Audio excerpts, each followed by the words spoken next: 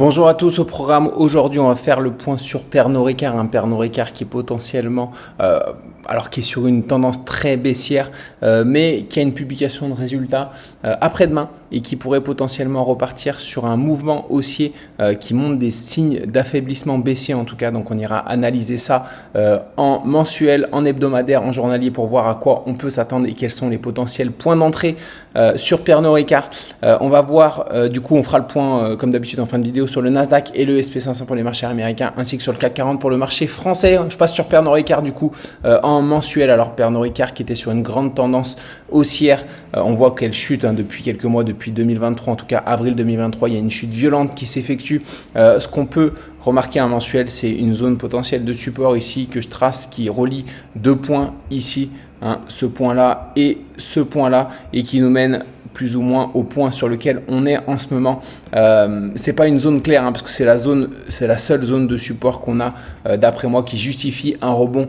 Ici on verra en hebdomadaire ou en journalier qu'on n'a pas vraiment de raison de faire un rebond durable à cet endroit-là. C'est pour ça que voilà, je reste méfiant en tout cas sur cette zone. Quand je passe en hebdomadaire, on a du coup, alors pas grand chose, on avait ce grand double top ici dont les objectifs sont les 103,40. On avait, si on considère cette figure comme un élargissement, on avait également les 129,20 qui était un objectif atteint 91% du temps.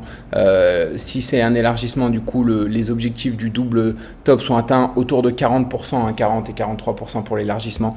Donc on a une autre zone secondaire ici, si jamais cette zone on était amené à la casser, en tout cas à casser cette consolidation par le bas. On aura une autre zone d'accueil ici qui correspond également au plus bas ici, donc potentiellement une zone de rebond technique sur les 103,40 à venir, sachant que j'ai identifié également une autre zone au 98,20 qui pourrait être une zone de support qui se trouve assez proche des 103,40. À voir si on est rejeté ici sur ces niveaux après la publication de résultats, où est-ce qu'on construira en tout cas sur la descente et où est-ce qu'on est susceptible de rebondir à cet endroit-là. Mais on aura une zone un petit peu plus claire que celle-ci d'après moi, du coup pour un rebond technique un peu plus durable. Alors je vais passer quand même en journalier parce qu'il y avait quelque chose d'intéressant qui était en train de se passer ici sur Pernod Ricard. On peut observer un essoufflement baissier et on revient du coup sur cette zone des 129,20 ici, une zone de résistance.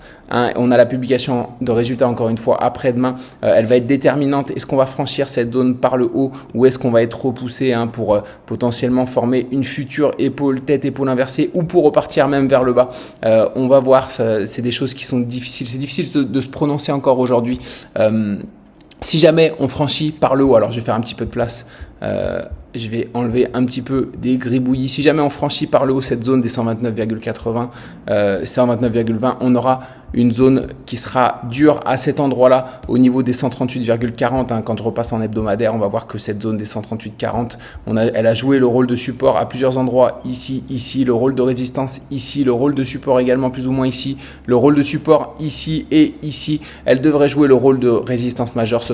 On aura fort à faire en tout cas pour Pernod Ricard pour franchir cette zone par le haut. Donc même si on franchit en tout cas les 129,20 par le haut, on aura des zones de résistance importantes ensuite qui sera difficile de franchir. Donc on va suivre ça dans tous les cas. Est-ce que je prends position maintenant? Est-ce qu'il y a une opportunité de prendre position maintenant sur Pernod Ricard? Je pense pas encore une fois, parce que si on franchit tout de suite par le haut cette zone, on aura les 138,40 qui joueront le rôle de résistance. Si on est rejeté, à voir ce qu'on construit, si on est rejeté pour former une future potentielle tête-épaule inversée à cet endroit-là, ici, à voir ce qu'on forme, mais je suis pas vraiment friand de ce genre d'opportunité, tout simplement parce qu'en hebdomadaire, on a vraiment sur une tendance baissière, c'est pas facile, et que on n'était pas du coup sur une zone d'après moi de rebond majeur ici. Par contre, si jamais on va repasser en mensuel, si jamais on atteint cette zone des 103,40 ici, on a les objectifs du double top, on a également une zone de support ici. Donc ici, on aura potentiellement de belles opportunités de rebond technique. Est-ce qu'on repartira vers le haut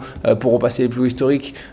C'est pas sûr ça. Peut-être qu'on aura simplement un rebond technique pour repartir vers le bas. Il faudra voir ce qu'on construit à ce moment-là. Mais ici, si on construit quelque chose, peut-être des figures chartistes de continuation baissière et qui nous mènent sur ce point des 103,40, on aura potentiellement une belle convergence de support pour un rebond technique.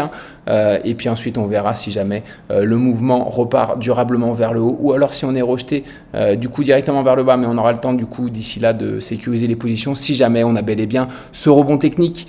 En tout cas, donc voilà ce qu'on peut dire sur Pernod Ricard. Encore une fois, une publication de résultats après-demain qui devrait en journalier nous donner la future direction. Alors je vois que ma résistance est partie en hebdomadaire, je vais la remettre.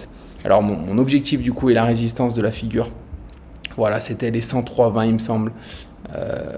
Non, les 129,20. Donc voilà, quand je repasse en journalier, c'est ces 129,20 qui vont être déterminantes. On va voir la publication de résultats. Si jamais après la publication de résultats, encore une fois, on traverse les 129,20, on ira probablement chercher cette zone des 138,40 qui sera difficile ensuite à franchir par le haut. Il faudra voir ce qu'on forme sur ces niveaux-là, mais ce sera pas facile de franchir cette zone par le haut. Et encore une fois, après, si on est rejeté au niveau de la publication de résultats, lors de la publication de résultats vers le bas, soit on formera potentiellement une épaule tête épaule inversée, soit on ira chercher des niveaux bien plus bas pour pourquoi pas aller chercher les niveaux dont je vous ai parlé en hebdomadaire. Voilà ce qu'on peut dire sur Pernod Ricard, sachant qu'il y a également Rémi Cointreau qui montre des signes d'essoufflement baissier qui pourrait voir un rebond technique d'après moi à court terme. J'essaierai de l'analyser cette semaine, mais bon, c'est des actions qui sont dans le même secteur, donc elles ont l'habitude en tout cas d'évoluer plus ou moins dans la même direction. Donc ce sera intéressant du coup de faire le parallèle avec Rémi Cointreau pour voir si on a des analyses qui concordent et des futurs rebonds qui peuvent concorder. En tout cas, voilà ce qu'on pouvait dire sur cette action. Je vais passer sur les indices, le SP500 que je vais passer en journalier, en grand écran. Le SP500 qui était du coup, alors on a rebondi ici sur les 555 après les avoir cassés par le haut. C'était une belle zone de résistance qu'on a regagné. On a rebondi dessus, on est en train de repartir vers le haut. Attention, on est sur des plus hauts historiques là bientôt. Si jamais on a les 555 qui étaient amenés à céder par le bas. On a des belles zones, des belles futures zones de support pour le SP500. On a un gap à combler. On a également la zone des 542,30 qui était une ancienne zone de support qui va pouvoir jouer de nouveau le rôle de support. On a une autre zone de support ici, les 537,80 qui a joué le rôle de support à cet endroit-là et sur lesquels on pourrait revenir s'appuyer, sachant que ce sera également sur les niveaux de cette résistance descendante ici qu'on peut voir à cet endroit-là. Donc on a des belles zones de support en dessous de nous sur le SP500 si jamais on était amené à franchir les 555 par le bas. Mais pour le moment, c'est pas d'actualité. C'est pas d'actualité. On est en train de repartir vers le haut, mais comme vous pouvez le voir ici, on voit quand même des signes d'affaiblissement à cet endroit-là en arrivant sur les plus hauts historiques. Donc d'après moi, on devrait au moins dans un premier temps revenir là, voire un petit peu plus bas. Encore une fois, si on franchit les 555 par le bas, on aura des belles zones d'accueil pour un futur rebond pour potentiellement repartir vers le haut sur le SP500. En tout cas, je suis plutôt haussier sur les marchés américains depuis ce gap là qu'on a franchi à la hausse. On avait beaucoup de résistance ici qu'on a franchi à la hausse et du coup désormais on a beaucoup de supports qui se trouvent sous le cours et sur lesquels le cours pourrait rebondir pour repartir vers le haut. Sur le Nasdaq, c'est plus ou moins la même chose. Sur le Nasdaq que je vais passer en journalier et en grand écran. Alors le Nasdaq, on est en train de tester assez fortement les 473,80, pareil que pour le SP500. Si jamais on franchit ces zones à la baisse, on aura une zone d'accueil ici, un gap.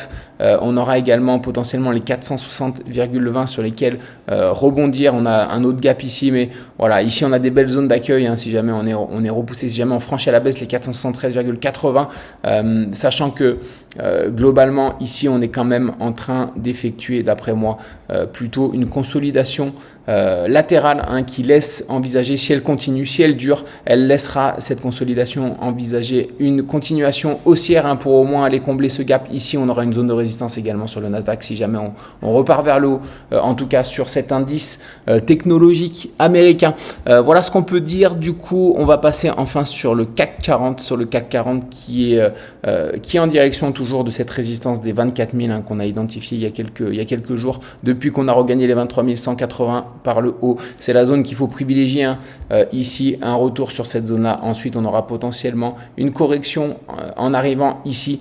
Voilà, ce sera une zone en tout cas difficile à franchir parce qu'elle a joué le rôle de support ici également, ici et le rôle de résistance à plusieurs reprises. Donc ici on aura fort à faire pour la franchir par le haut. Donc on verra ensemble ce qui se passera ici, mais d'après moi ce que je privilégie c'est une correction ici pour pourquoi pas revenir sur les 23 180 avant de repartir vers le haut pour le CAC 40. Ça nous donnerait une belle figure de retournement et potentiellement du coup une nouvelle jambe haussière et des nouveaux plus hauts historiques à moyen terme sur l'indice français. Voilà ce qu'on peut dire. On va désormais passer sur la map. Alors une map plutôt mitigée hein, sur les marchés américains. On a Walt Disney qui gagne 1,5%, IBM 1%, Mastercard 0,5% hier. Sinon au niveau des baisses, on a Coinbase qui perd 3,5%, Tesla 3,5% également environ, Uber moins 2% avec Nvidia et MicroStrategy. Voilà, mais une map globalement mitigée avec bien sûr légèrement des corrections un peu plus importantes que les hausses hier sur le marché américain. Sur le marché français ce matin à l'ouverture, on a une map dans le vert. Complètement dans le vert, on a juste Schneider Electric qui perd 0,5%, sinon au niveau des hausses, Carrefour 1,5% avec Pernod Ricard, Société Générale 1%, Renault 1%, Christian Dior également 0,87%. Donc voilà une map globalement dans le vert à l'ouverture sur le CAC 40 ce matin. Du coup c'est tout pour moi aujourd'hui, je vous souhaite une bonne journée et puis on se retrouve demain matin pour le bilan de la journée du jour. Excellente journée à vous tous, à très vite.